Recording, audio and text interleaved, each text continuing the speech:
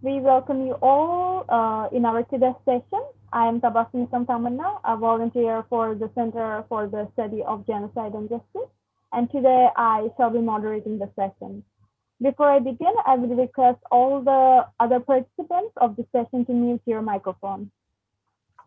On the 15th anniversary of Bangladesh genocide, the Liberation War Museum is organizing this global virtual conference on commemorating past genocide and learning to prevent episodic crimes.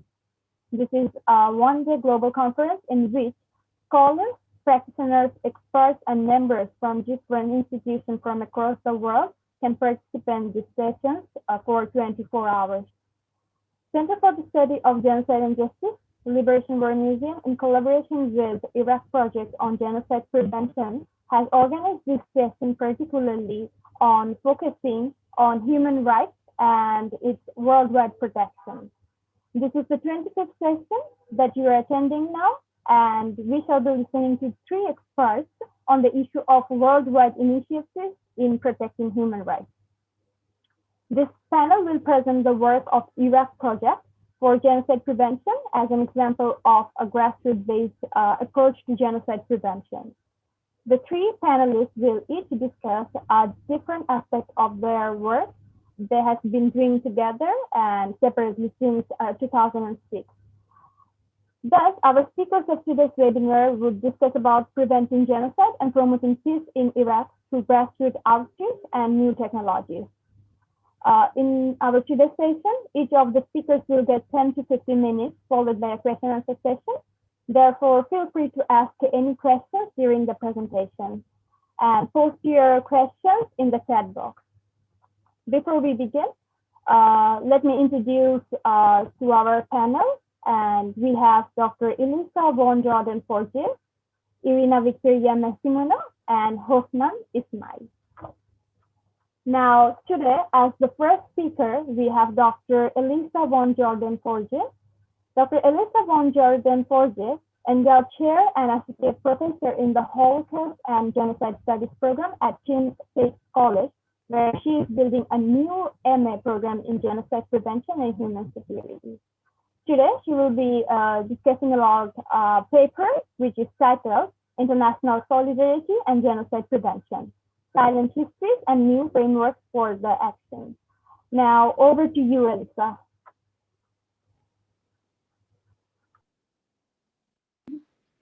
Thank you very much for that wonderful and wonderfully kind introduction. Thank you. And for agreeing to moderate our panel. I want to start by thanking the Bangladesh War Museum and especially Dr. Mofidul Haq and all of his co-organizers for creating this remarkable, innovative, and truly international forum for the exchange of ideas. It is a real honor to be part of it. And I would also like to thank my co-panelists and especially Irina Massimino for organizing our hour with everybody today. I will be speaking about how our project, the Iraq Project for Genocide Prevention, fits into what we can call the global genocide prevention regime. I will be doing so as a means of critiquing existing strategies of genocide prevention and also of surfacing some of the reasons that genocide prevention is organized the way that it is in the world and why other strategies are also necessary. As many of us will know, up until very recently, genocide prevention has been a field located in the global north, but preoccupied with what's called the global south.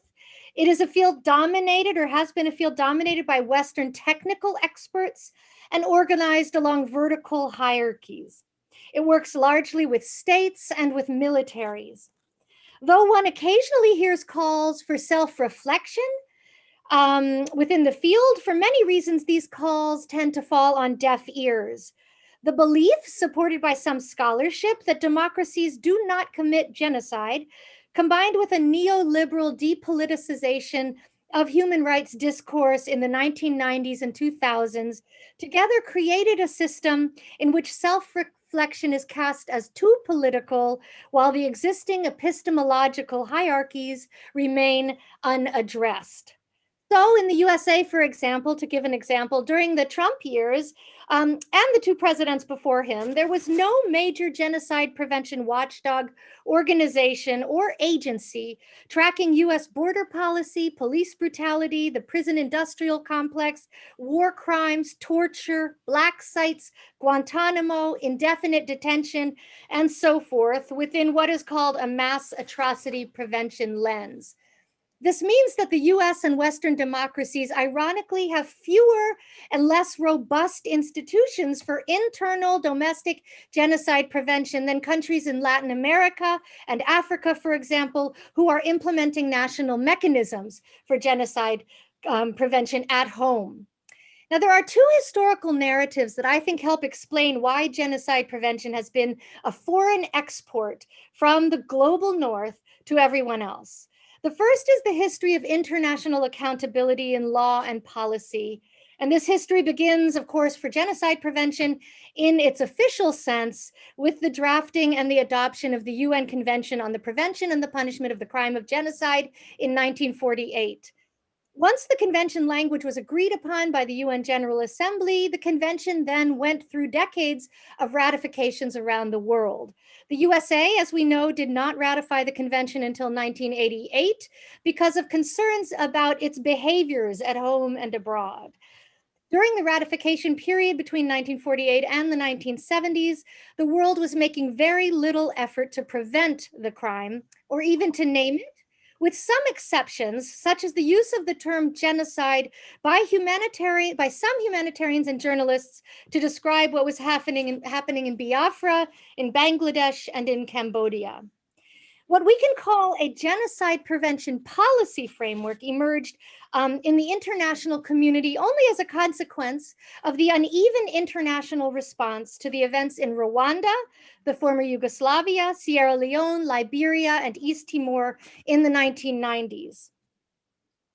In 1999, on the heels of the controversial NATO aerial assault on Serb forces in Kosovo, which was not mandated by the United Nations, the then Secretary General Kofi Annan expressed a need to confront the contradiction between, and these are his words, the legitimacy of an action taken by a regional organization without a United Nations mandate on the one hand, and the universally recognized imperative of effectively halting gross and systematic violations of human rights with grave humanitarian consequences on the other.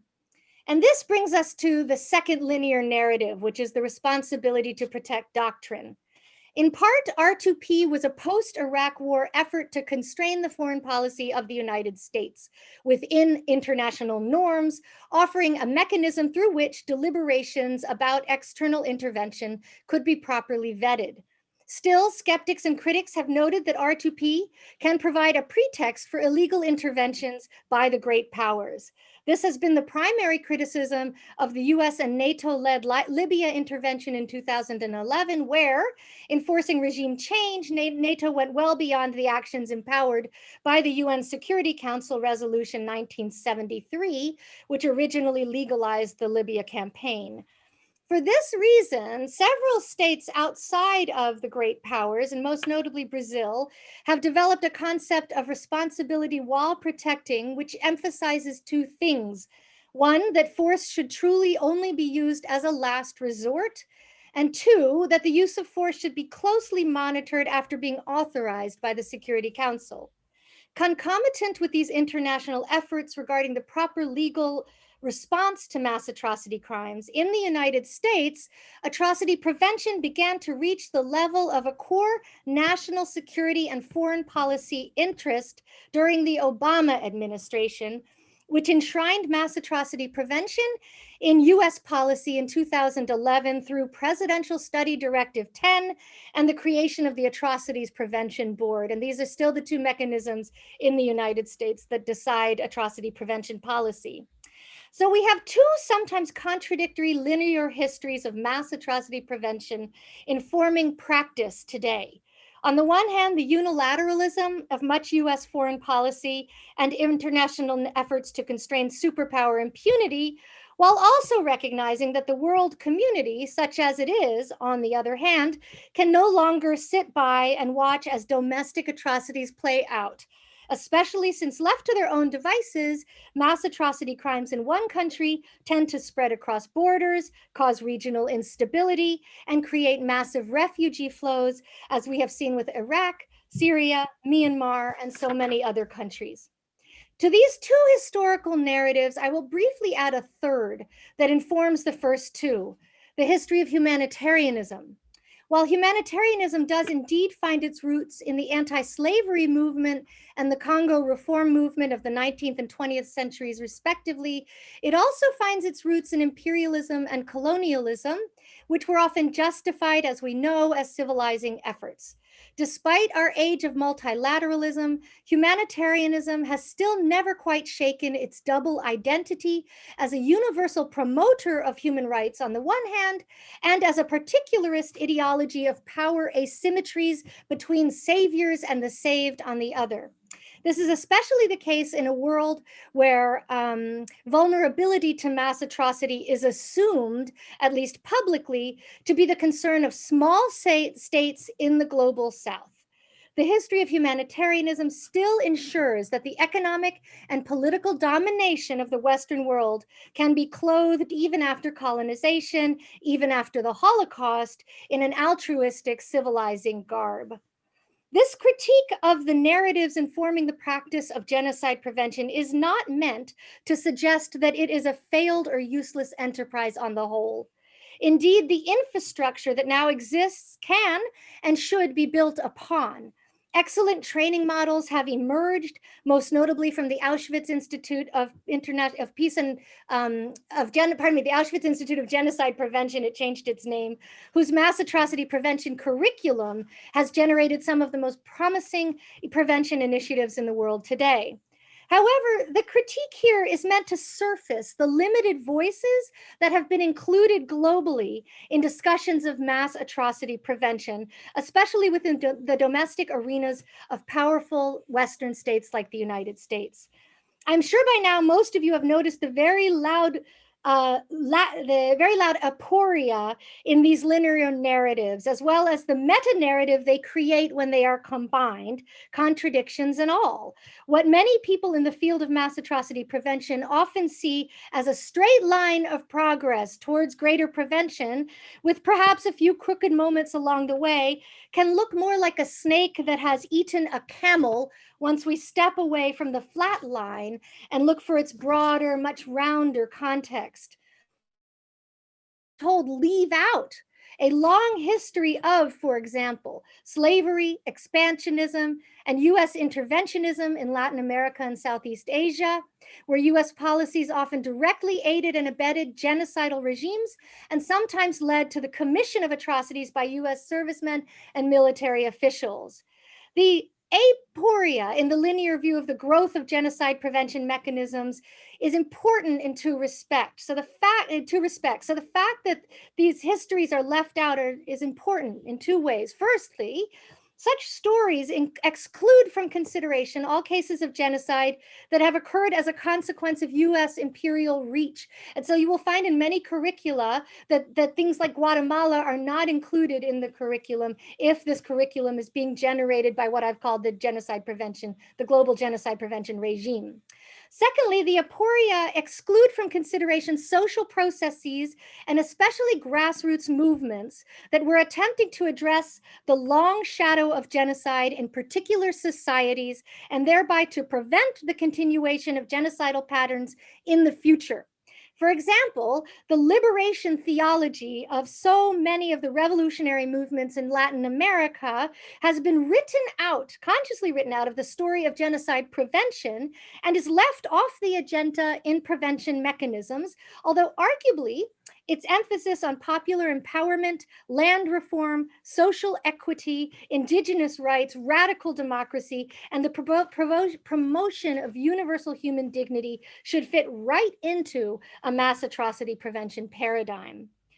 As a result of the aporia in the narratives that genocide prevention tells about itself, we have a mass atrocity lens that is deeply embedded within very narrow assumptions about power, agency, hierarchy, and vulnerability. Genocide prevention is still widely understood as a foreign intervention, whether diplomatic or military. Because of its emphasis on external actors, genocide prevention is also widely understood as a last-ditch consideration, something that external actors do when there are very clear indicators of atrocities, but only on a mass scale. And that is when it is usually too late. When genocide prevention is understood as domestic rather than a foreign matter, it is generally believed to be the preserve of states and militaries doing the preventing. Because of these limited foci, which I think are still largely unexamined blind spots in genocide prevention, our existing genocide prevention protocols can risk reproducing the very structures and dynamics that lead to mass atrocity in the first place while seeking to prevent it. As an example of this problem, I will note just briefly the extent to which mass atrocity prevention is a field of one, the experts, and two, big institutions. These big institutions include the United Nations, major powers, and major humanitarian non-governmental organizations. The experts are people at the big institutions who, using science, are empowered to establish facts and set agendas. The fact that genocide prevention protocols are the domain of large institutions makes sense, of course, from a practical point of view. These institutions are the ones that have the resources to coordinate on the scale needed to respond to mass atrocity. That prevention is governed by experts is also practical, since one hopes, at least, that experts have knowledge that is based in evidence and method. But the big institutions and the big experts have inherited the responsibility to protect not merely out of a consideration of practicalities. They have inherited this responsibility because history has brokered their power over the power of other sovereignties, other polities, and other voices. It is not a stretch to say that our brokered universe of prevention has failed, at least in the present moment, where the Syrian and Myanmar catastrophes on their own have acted as a powerful vortex for all of our Enlightenment hopes of international cooperation towards peace. This does not mean that a continuation of the very fine and tested training programs that already exist for states and militaries will not improve the resiliency of states when faced with stressors such as those faced by Assad in 2011. I do believe that there really is hope that our current models will have a long-term impact on global society. Nevertheless, and in conclusion, we are at a moment of political deadlock. The UN is hamstrung by the Security Council. The United States, Russia, and China are each exploring and in some cases pursuing genocidal policies domestically towards unwanted others. The West is facing a crisis of identity in which its imperial contradictions and the specter of its genocidal pasts are combining to create terrifying new potentialities. There are, in fact, narrowing spaces within our global world where mass atrocity prevention is even embraced as a desirable program. The problem of deadlock caused by our limited lexicon of prevention was really brought home to us and to Irena and I specifically in 2016 when we were in Iraq. Where the US and other global actors have alternately supported, punished, and caused genocide against various groups, and the UN has been unable to stop it. In the recent incarnation of genocide there, we have the genocidal non-state actor, ISIS, which grew directly from the policies of the disastrous and illegal US war and occupation, committing genocide against national and religious minorities who fled to Kurdistan, where the US enabled genocide years prior by Saddam Hussein. The UN presence is limited there, and where it is notable, it stands in the way of local agency often because rules and regulations make working with local organizations very difficult. UN policies sometimes even unintentionally extend genocidal patterns from ISIS into the IDP camps and work to further undermine group cohesion. So the question we are asking in the Iraq Project and seeking to answer is, how is it that we imagine a genocide prevention praxis that engages world citizens in creating a globally shared language of genocide prevention and a consensus around mass atrocity prevention that does not already exist? What if we were to capacity build all of us at a grassroots level? That is, at the level of knowledge production that exists out of the state, military, large NGO matrix.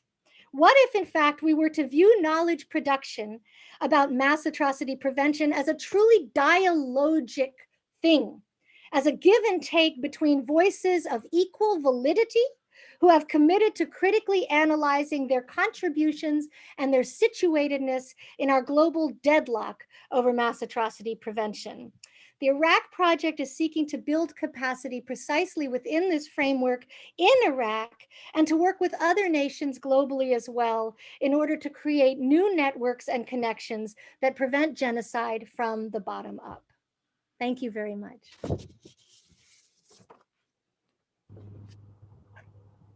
Thank you so much, Dr. Elisa, for your insightful presentation. It was lovely. Now, we will be hearing from our next presenter, Irina Victoria Massimino. Irina Victoria Massimino is a human rights lawyer, international legal scholar, and professor who served as rapporteur of the Criminal Cassation Court of the province of Buenos Aires in Argentina. And she works actively in the fields of internal and international conflicts, serious violation of human rights, and international criminal law. And she also serves as she also associates with criminal law in relation to the experiences of Colombia, Argentina, Chile, Bangladesh, Iraq, focusing on mainly the external intervention and crimes of genocide. Today, Irina is going to be presenting on the topic, which is titled Collective Approaches to Accountability and Justice, the Case of Iraq. Now, I welcome Irina. The floor is yours. Thank you very much, Tabassum. Thank you very much for volunteering, for your generous presentation and for volunteering today. I hope you can all listen to me well. I'm always concerned about internet connection, so I hope it runs smooth through the whole session on my end. So good afternoon, everyone, or good evening to wherever you are. And according to your places of location, of course, it's kind of true now that in these virtual gatherings, it is possible to be, we're all in different places at the same time. So it's sort of like the anxious person dream come true. So as Elisa said, I would like to thank the Liberation War Museum and its trustees, especially old friend Mofidul Haq, for supporting our work in Iraq by allowing us to be here today. I also like to thank all of the volunteers, not only you, Tabassum, but all of the ones that are behind this tremendous conference and without whom it would not be possible. And to my colleagues sitting here with me, half a wall apart, Elisa and Hoshman. I actually enjoyed listening to Elisa very much today, even though I know very much of what she would present is really insightful and interesting. So I also would like to take this moment to express my condolences for all of the friends we have lost during this pandemic. And I hope everyone who is hearing to us now or maybe later stay safe. Especially I would like to mention in the context of this conference, because of the theme and because of the organization organizing it, co-trustee of the Liberation War, Ali Zakir, and chief prosecutor Abdul Hanan Khan, both persons to me are an epitome of what is good in humanity. So it's a very difficult time, and but still, what I wanted to say, it's also important to continue our work given the possibilities we have, because the protection of human rights, and in this case, genocide prevention, doesn't take a break during this pandemic. So despite of everything that is going on at the moment, it is very exciting for us to be here. I think I don't only speak for myself, but also for my colleagues, and to be presenting the work we have done and we hope to continue to do in Iraq, and maybe in other places too. We do hope to help in peace building and genocide prevention, mainly in Iraq, because that's where our project was thought. But we believe that other and many other places are in deeply need of peace. Therefore, this project, even though it was thought for Iraq, as its name of course shows, it could also be applied to other places with proper adaptations. As Elisa said before, much of what is thought of this project, what is in the content of it and the purpose of it, is a direct consequence of our experiences in Iraq in 2016 and 2017. So I'm here to talk about one particular aspect of our project, because it is an aspect that is much needed in genocide prevention, and that is justice. We know that countries which do not recognize the crimes they committed as such are more likely to repeat them in the future. So the idea of the concept of justice has been one of the main topics of philosophy. I won't dig into that. Certainly, there's not one exclusive meaning of what justice is, but several interpretations of what is or what could be. Since the origins of philosophy with Heraclitus or Thales de Miletus, understanding the idea of justice has created extensive arguments and discussions. Thus, my presentation today is not to approach justice from a purely philosophical perspective. That might be boring to some, but philosophy will always be there because it's in every decision we make, especially in the field of genocide, where we have to be careful with the steps we take. But today, the idea is to think of justice from a pragmatic perspective and as an essential component of contemporary societies in relation to mass atrocities and genocide prevention. So anyone who has worked in the field of genocide or other mass atrocities or human rights and human rights violations would know that justice is one particular element always claimed by victims, both individually by individual victims who have survived or relatives of the victims, or societies in general, which understand the importance of justice both as a collective and as an individual gain. So we could say that in a quick analysis of the different components of a society, justice could be understood as a direct consequence of judicial accountability. By this, I am referring to judicial processes against individuals, groups of individuals, or states, whether specifically in criminal law or human rights law. And I will go back to this in a minute.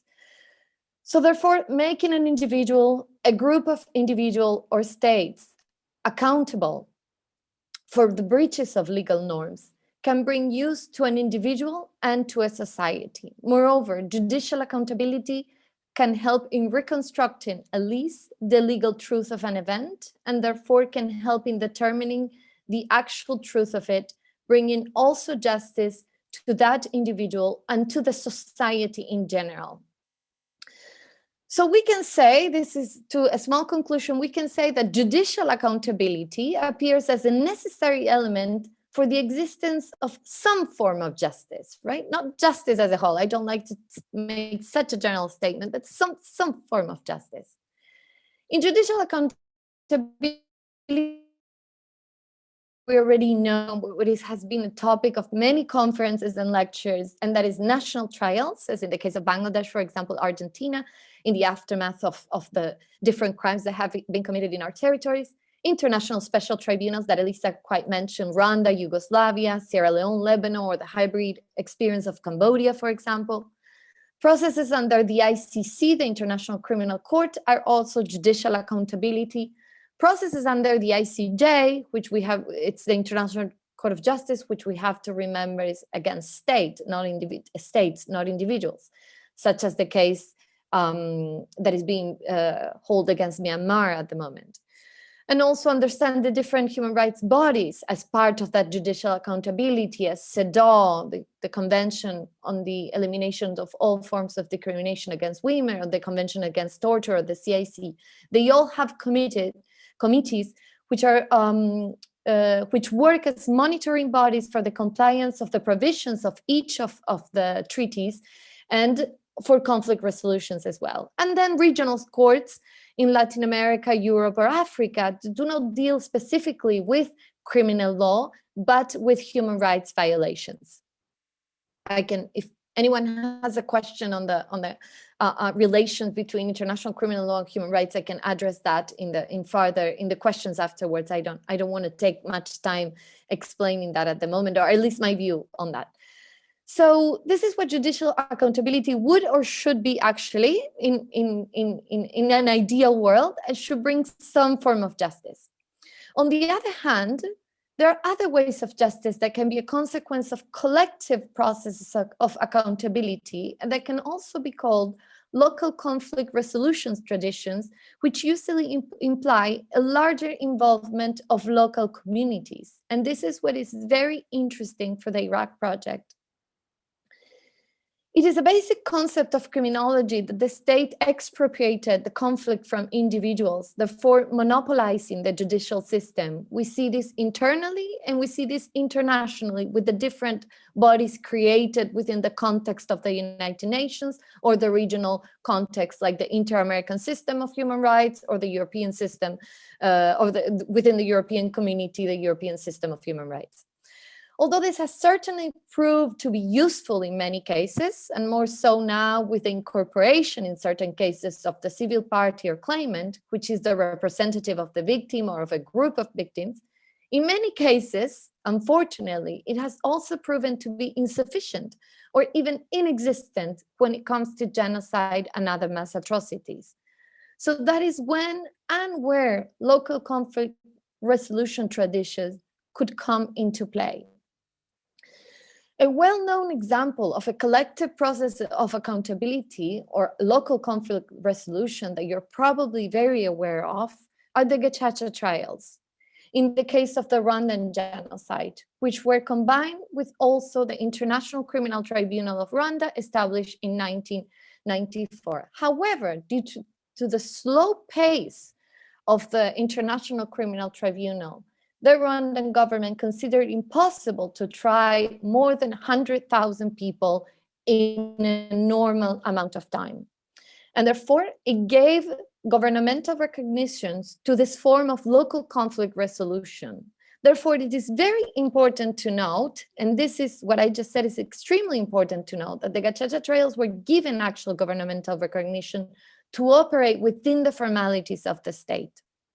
Another very interesting example about traditional forms of conflict resolutions is exercised by indigenous peoples.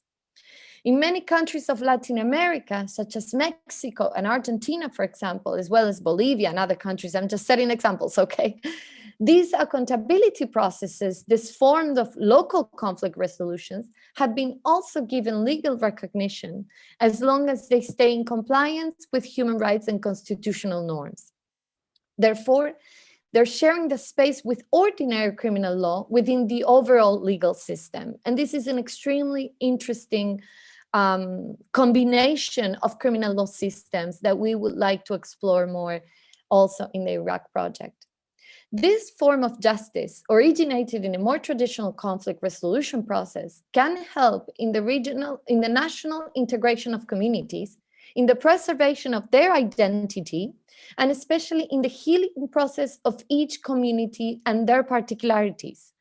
Therefore, it is something that must be considered when analyzing different forms of accountability and conflict resolution, and therefore achieving some form of justice.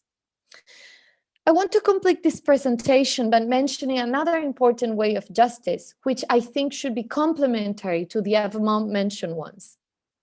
There are other forms of justice that do not necessarily fall into judicial or non-judicial accountability.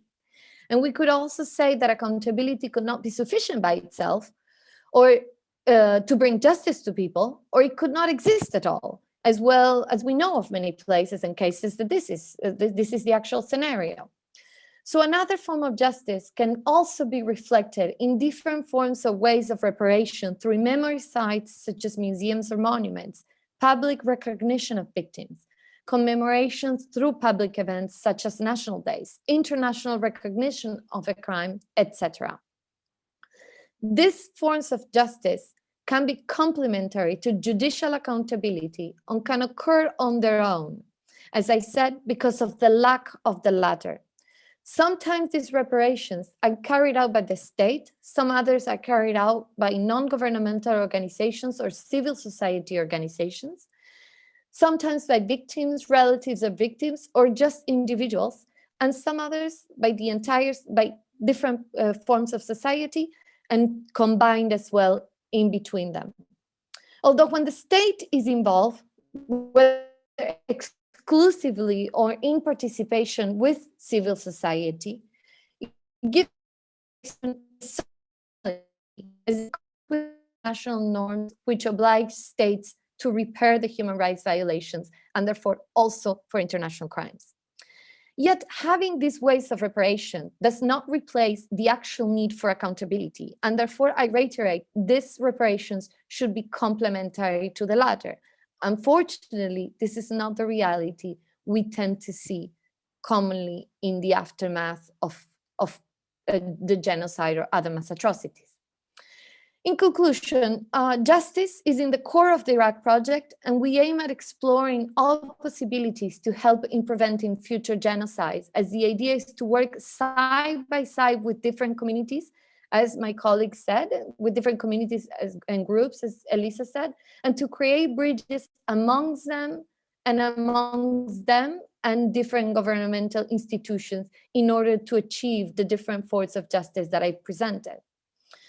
Justice is a necessary element of a society for peaceful coexistence, both in a philosophical concept and as an organized institution within judicial accountability via reparations or through traditional resolution conflicts processes. But in particular, when dealing with genocide and other international crimes, it is extremely relevant because it's not only claimed by an individual victim, but also by the entire society affected by the atrocity and characteristics of the crime of genocide. Justice represents, in our view, the beginning of the healing process. It gives victims a formal voice and empowers them to speak out. It helps reconstruct the truth. It is a form of reparation as well. It is an essential part of a mechanism of prevention, and it also triggers other ways of memory and truth. Without justice, I believe we live in a permanent state of denial. Therefore, it is in the heart of the Iraq project to contribute in achieving justice in all of its possible ways. Thank you very much. Thank you so much, Irene, for your informative speech. Hopefully, we will come up with some question and answer session later. But for now on, it is the time to hear from our first speaker, Hosman Ismail. Hosman Ismail is a PhD candidate, Department of Law, University of Reading, investigating the ISIS genocide against the Yazidi community. He is a seasonal teacher at the University of Reading. He is also working as a regional coordinator for Middle East and North Africa in the Journal on the Use of Force and International Law's Digest of State Practice. Now, he will be talking about education and accountability, the critical role of education among survivors in the prevention of genocide. Now, I request our speaker to deliver his presentation. Hey, thank you. Thank you very much for the nice introduction. And thank you everyone who got involved in organizing this conference at this time of the year. It was a difficult time for all of us. This is very important that even during this COVID-19 and this virus cannot dash the will of the knowledge seekers. It's great to bring scholars and practitioners around the world. I also would like to thank my colleagues, especially Aaron, who was able to put us in contact with you and make this happen to exchange our knowledge virtually. It's great to learn from my dear colleagues how they, from different perspectives, analyzed the issues surrounding the prevention of the horrible crimes under the name of genocide. And I'm looking forward to our friends from other parts of the world to explain and provide on that subject, brought us together from different corners around the world. My subject is the continuation of my two colleagues who have tackled on preventing genocide through looking the case of the communities in Iraq as a result of ISIS attack in 2014, and also in more broadly of the theoretical and the issues surrounding the prevention of genocide, not only in Iraq, but around the world. But myself, I further narrow this down to the case of Yazidis, whose case is recognized by multiple international organizations, including UN human rights organizations, as genocide. Namely, one of the main reports that's written by one of the UN human rights organization, it's called "They Came to Destroy ISIS Crimes Against the Yazidis." So it's without the doubt that the new international system was based on empowering some communities and privileging them with the ability to access the political, diplomatic, financial, judicial, and to a large extent the media too. Many less powerful groups have been deprived of such privileges to the extent in some states these communities have been oppressed and deprived of their basic rights. Iraq is one of the examples of states where since its establishment, it has been ruled by some religious sects and on the expenses on the rest of other less powerful groups in the region, namely Shia and Sunni were in power and later when the Shia took control over Iraq after the US-led attack in 2003.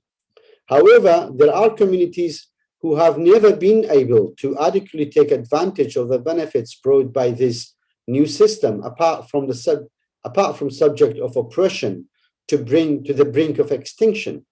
The focus of this paper is on the Yazidis as an example out of the other communities who suffered from the rise of ISIS and their subsequent crimes, horrible crimes. The Yazidis have lived in the region for thousands of years. However, as the history shows, they have been subject to elimination orders from multiple authorities in the region due to their religious belief. More recently is when ISIS attacked Mosul region in the mid-2014 and subsequently on the 3rd August 2014 advanced toward the control the Shangal area, or it's called Sinjar in Arabic, region. They began killing the males and kidnapping the women and children. In nearly several hours, the entire Yazidi people, around 400,000 people around Shangal area, around Shangal region, were forced out of their ancestral land, especially, and resulted to the Mount Shangal and other safer areas in Kurdish-controlled areas in the north of Iraq and Syria. Since then, the Yazidis had been subject to worse crimes in the 21st century, such as killing, cannibalism, sex slavery, forced indoctrination of human shields, mass murder, and many other crimes to list. Since then, while some of the Yazidi are still live in the Mount Shangal, others have been dispersed between local communities in different parts without being able to practice their religion as normal. Still, tens of thousands of Yazidis are still residing in the displaced person camps without being able to access adequate food, water, and medications in this age of COVID-19. The Yazidis believe this is not the first time they have been subject to crimes amounted to genocide, but their community have suffered from 73 other farmans. Farmans is a word that they use meaning an order to elimination since the rise of the Ottomans and now ISIS. The Yazidis have also suffered under the rule of different Iraqi authorities since its establishment in 1923 until the fall of Saddam Hussein in 2003. This argument is also applicable to other less powerful groups such as Christians, Yarsans, Kurds, and other communities live in Iraq. This paper is concerned how these less powerful groups or communities have been disadvantaged in the current international system. By focusing on the case of Yazidis, the group lost thousands of its members through mass murder and crimes mentioned above. According to human rights organizations, 5,000 males were killed and 7,000 women and children were kidnapped and sold in the sex slave markets in different parts of Iraq, Syria, and Turkey. However, the Yazidis have not been able to be served with the justice they deserve because of the reasons I'm outlining here. So far, no one has been held accountable for the crimes committed against the Yazidis, which have amounted to genocide, except some files are opened against members of ISIS members in Germany. Nonetheless, on 21st of September 2017, the Security Council, according to Security Council Resolution 2379, established the investigative team, requesting the Secretary General to establish an investigation team to promote accountability for crimes committed by ISIL or Daesh. This organization is named UNITAD for its actions in Iraq. This is to assist the domestic efforts of holding ISIS accountable through the collections, preservation, and storing of evidence in Iraq, which may constitute war crimes, crimes against humanity, and genocide. The terms of reference for the operation for the investigation team were approved on 8 February 2018. On the 31st March 2018, the Secretary General appointed Karim Khan QC as the special advisor and head of the investigative team. The team's in personnel jurisdiction is very specific, with a limited mandate only to investigate the crimes committed by ISIS members in Iraq and not investigate criminal acts committed by other states or non-state actors. Where ISIS has committed criminal acts in other UN member states' territory, the state must first request approval of the Security Council before receiving assistance from the investigative team. However, this mandate is only limited to investigate the crimes and not holding the ISIS members accountable. The issue is by now, most of the ISIS members have either been tried under the law of terrorism or they are in camps in the north of Syria without being held responsible for the international crimes they have committed. Trying ISIS members under the law of terrorism is destroying the evidence needed to try the perpetrators who have committed the international crimes. Whereas there are around 20,000 ISIS members held in camps under the Kurdish Authority in the north of Syria. But despite asking for establishing tribunals and courts, there is lack of political will.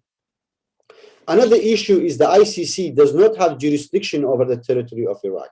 Hence, it's for the Security Council to decide whether the case should be referred to the ICC. However, this is unlikely to occur since neither the permanent members of the Security Council nor there is a political will of the states involved in the conflict in the region will agree for the ICC to interfere. As the evidence are vanishing, the Yazidis and the other communities who have suffered under the hands of ISIS do not have the power to ask for justice. When these communities are not part of the state system, they lack influence and power to enforce the law. Firstly, the law in Iraq is based on Sharia law, and the communities who assisted ISIS in Iraq with the support of regional powers prevent the establishment of a court or tribunal. Hence, the Yazidis have not been able to bring the perpetrators before a court in Iraq or establish a tribunal or hybrid court and enforce justice. Such lack of authority further jeopardize the status of these communities. For example, for the last several years, nearly 1 million of Christians have fled Iraq, and now the Yazidis have not been able to return to their land, despite their fear of ISIS. Before, but research have found that those who assisted ISIS to take control over those regions are still interested in the Yazidi region and prevent the Yazidis to return to their land. Even there are efforts to convince the Yazidis to return, since ISIS is physically defeated but not mentally in Shangal region. There is no sign of reconstruction. The region remains in ruins. The Yazidi cannot return if there are no schools, hospitals, electricity, or clean water. Ultimately, those who choose to return to Sinjar or Shangal have no sources of income or assistance. Hence, our project is important to inform the Yazidis and other communities in the region that they should be able to ask for their rights. They should be able to establish organizations and lobby for their rights at local, regional, and international level. This project tries to interconnect the members of those grassroots communities, as well as inform the officials that such communities should be able to exercise their fundamental rights in this globalized world. Further, it will raise the awareness of the international community to support those who are in need and live under immediate danger of extinction. Their solidarity counts, and they can raise their voice against discriminative policy practiced against these less powerful communities. Simultaneously, our podcast program will inform the international community on the most up-to-date events about the past, current, and possible genocide, specifically in Iraq and in the other parts of the world too. Thank you very much for your time and listening.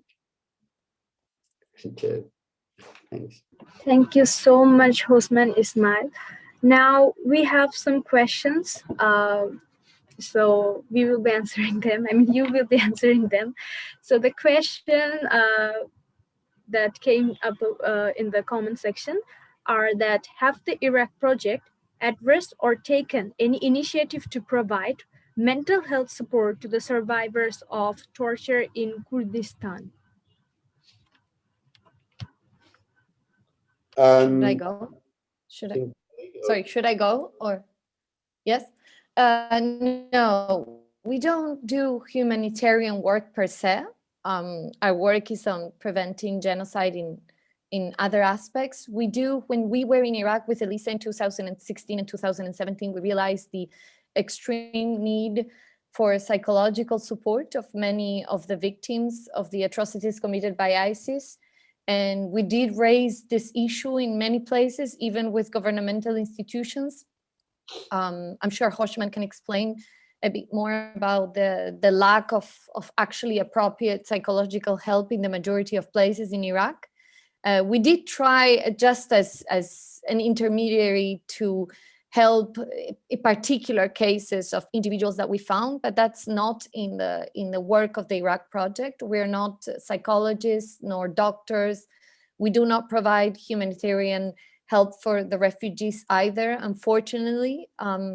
We do try, though, to at least highlight these questions, highlight how abandoned most of the refugee camps are. We haven't been in Iraq for a while now, so we're not fully aware of the situation, and the pandemic, of course, it has made it impossible for us to go. But we do, even though it's not a part of the project, you can visit us on iraqproject.org, actually, which is our website. Is under construction, but there is still mainly the scope of our project is there. We still visit refugee camps, and we still try to address in any way we can help those aspects of lack of resources in the refugee camps, and of course that enormous need for psychological support to victims. So I don't know if Elisa, I see Elisa wanting to add something more, and then we can answer the second question. I just want to add quickly that this is a discussion we had about how could we, as a kind of bridging institution, capacity build within Kurdistan, right? And also within the IDP camps themselves. There were many people trained in psychology in Kurdistan who may not have been trained specifically in trauma or in sexual violence, right? So they just didn't have the background.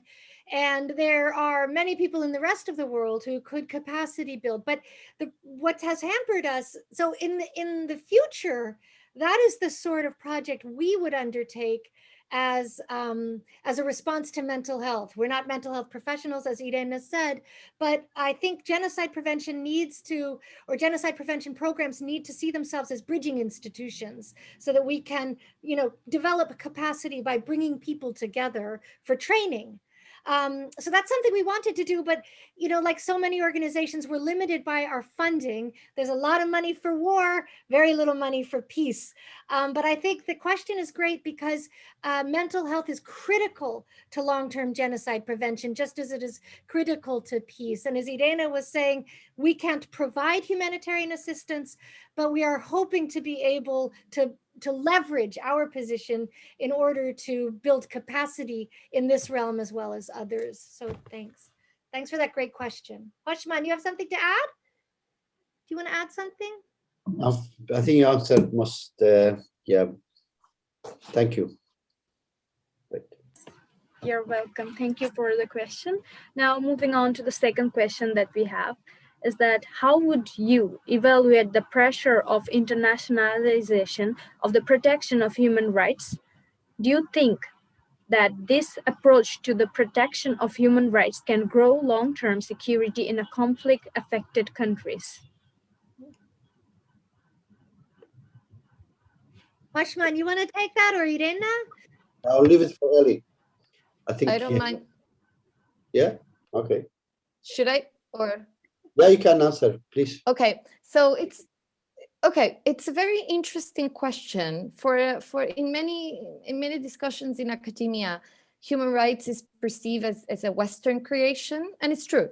I mean, the system of human rights, it's very much Western. But I think that was in 1945 and on, after the sanction of the Declaration of Human Rights, and then the different treaties coming into existence. In the aftermath. I'm sorry, I have my dog coughing next to me. I'm so sorry. These are the problems with the live on Zoom and everything.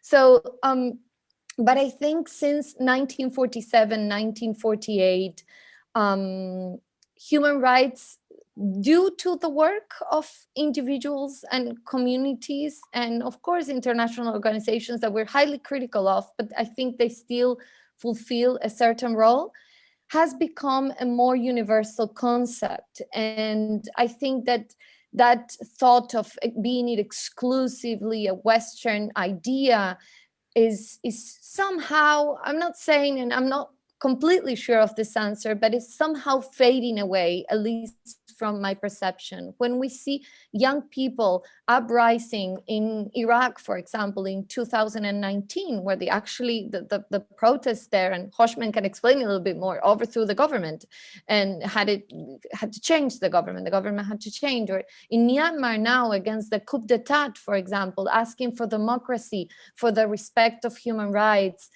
and for the respect of individual and collective rights as individual human beings and as societies. I think I perceive that there is a more universal approach to human rights. And once that is embedded in society, I think it will help in future peace building. And part of our project is to create the awareness that human rights and norms within countries, like Hoshman was just saying, that there's Sharia law in Iraq, and that it's conflicting with certain human rights, of course, and freedom of religion is one of them, and the lack of respect for other communities. I think in that case, that universality of human rights comes as very important. And we see this, I'm not saying it just because maybe I'm from the West or perceived to be from the West. I'm actually from Latin America, but I say this because we see it in the young people uprising against the violence. I see it in Myanmar now, for example, so many young people confronting the genocide Tatmadaw army. and asking for that, for democracy, for respect of human rights, for peaceful living, for peaceful coexistence within, of course, their cultural understanding. And sorry, I'll just be really quick. This goes back to that combination of what I was saying before, is that forms of local forms of conflict resolution combined with more formal forms, combined and recognized formally, that creates that peaceful coexistence. And I think it's truly important. So I think my answer is yes, probably, to that question. I don't know if Hoshman or Elisa want to add something to that. I'll just add that I think in our project, and I agree with everything Irene just said, and I think the answer was spectacular. And I just want to add that, human rights, as long as the internationalization is not combined with a depoliticization, I think it can lead to long-term stability and peace, and stability and peace. But it has to be grounded in the grassroots. It has to be agreed upon and struggled over within a domestic context, so that it's not imposed. And I think it's this kind of elite imposition of human rights that has caused so much trouble. And what we need to see is exactly that kind of very creative thinking that we see in these mass public demonstrations, where human rights discourses are adapted to local conditions and fought over and made into something new and brought alive again. But that happens through political struggle. It happens through politics, and not when human rights is treated as a kind of package that arrives, right? And you open it and there it is, right? Pre-made for just you. buy these. Yeah. Yes, just buy this, buy human rights. Yes, right. And that's exactly the language, right? Purchase the human rights. Yeah. So exactly. I think that's where the Iraq Project is coming from, this idea that, but what needs to happen is that Iraqis need to have spaces where they can duke these things out, of course, in a non-violent way, right? Just as in the United States, where there's no agreement on human rights either, the same process has to happen, and it has to happen everywhere in the world. But the depoliticized internationalization of human rights can cause conflict and reinforce some of the very structures that are behind future genocides. And so I think we need to be very aware of that, and focusing always, as Irene said, this kind of enmeshing of universal principles of justice and human rights with local traditions, right? And local approaches to these universal questions. Thank you. Now we would probably end the session, but I do have this question, and you can just briefly answer. I mean, I do have this curiosity to know that what is your perspective that this Iraq project, is it able to bring any drastic change, or is it just a ray of hope? So what would we think, or how do we actually expect from it? What we can expect from it as a layman? So yes. Okay. Hoshman, do you want to answer? Yeah, you answer that. Because we have spoke more. You can answer that. Yeah, I have to. Yeah. Yes. Yes. The project. I think, although it's new, it's not to say that it's been established for a very long time, but we think, and we are very trusting in the project in some way, that 3% from different parts of the world come together without any kind of personal interest, but it's more because of that we all care about humanity, about human rights, about what's happening. And we dedicated our time and on the expenses of everything else. So we don't get any, in terms of financial income out of it. We also invest our finance in this. So anything like this, this project is just as important as your children. And just as important as something that you look forward to grow up in a way that you want to. And for me, I'm sure everything starts from a step. And anything you have belief in it, you'll be successful. Probably we will face a lot of troubles. you'll face a lot of obstacles. Probably we may be let down by a lot of issues of mass human rights violations in around, but I don't think we stop. We don't stop. So we have to take it somewhere.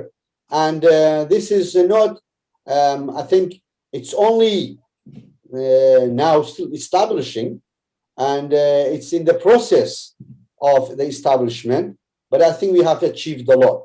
We have tried to participate in conferences. We have established a podcast system, education, kind of educating everyone. I mean, not only one. Like this podcast education system starts from a person who does know nothing about genocide or international crime to a person who is expert in it. So anyone can listen to it. That's our aim, to bring everyone together. This is not because in the past, always they left this type of crimes to experts and the state system. We don't let that, because we need to be part of it. The grassroots people need to be part of achieving these rights. They have to, as even explained, if we need to tell everyone, and our aim is to inform everyone that this is their right, that those people who try for political and financial gain destroy those groups, they should not let them. They should stand on their feet and start to challenge them, and challenge them mentally and physically in a way that we can. So that we have a multiple route and channels in order to take our project further, physically, practically, and mentally and educationally. So we go to Iraq. We again, my colleagues have been to Iraq in 2017. I've been involved in this research about the communities in Iraq since 2014. They have been able to organize workshops, participating in conferences, and they have been very, very welcome. And I think they love the people, and they don't want to leave these people behind. They want to help those people. They want to bring their voices into the international system, like we are now on this panel. We try to communicate with you and everyone else. So we really trust in our project. It will be in every way that it will go to the destination that we want. Thank you so much, Husman and the team.